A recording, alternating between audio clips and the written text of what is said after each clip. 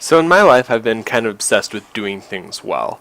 And this could have led to me becoming a perfectionist. I see this a lot in my daughter right now. As she's learning to write, she takes a lot of time and care and effort in putting letters down correctly. But what I want to talk about today is more about doing things for the sake of doing them, getting things done even when it's not your best work. This concept comes from writing. I've learned quite a bit from writing, and one of the things that they tell you in writing is that your first draft is always going to suck. So the best thing you can do is sit down and throw out all the information you can on the page, go back and get rid of everything that's not valuable.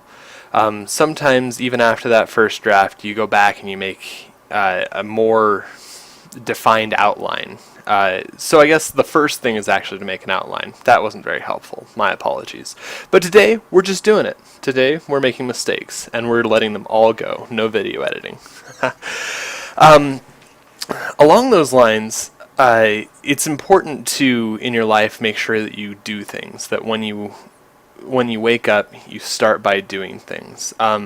This doesn't mean like you don't have fun or you don't focus on things that are fun or good, but that you focus on doing the most important thing first. In one of my last college classes, the teacher mentioned that there are always two categories of things that need to be done: things that are important and things that are urgent. And things that you need to do are one or the other. They don't tend to be both. So this means, and this kind of comes to my philosophy and my habits for living my life. I like to wake up early. I like to wake up before anybody else is in the house, before anybody else is awake. I like to sit down and do some of the important things. I like to sit down and work on those things that somebody else isn't requiring me to, but that are good for me.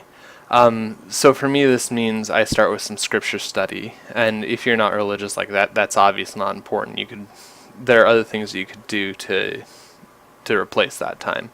Hi, this is a video blog, and my wife is joining us for a brief moment. So I like to spend that time to do the important things. The rest of the day, you'll have time to do urgent things, like pay the bills, do the things that you're required to do because you're an adult now.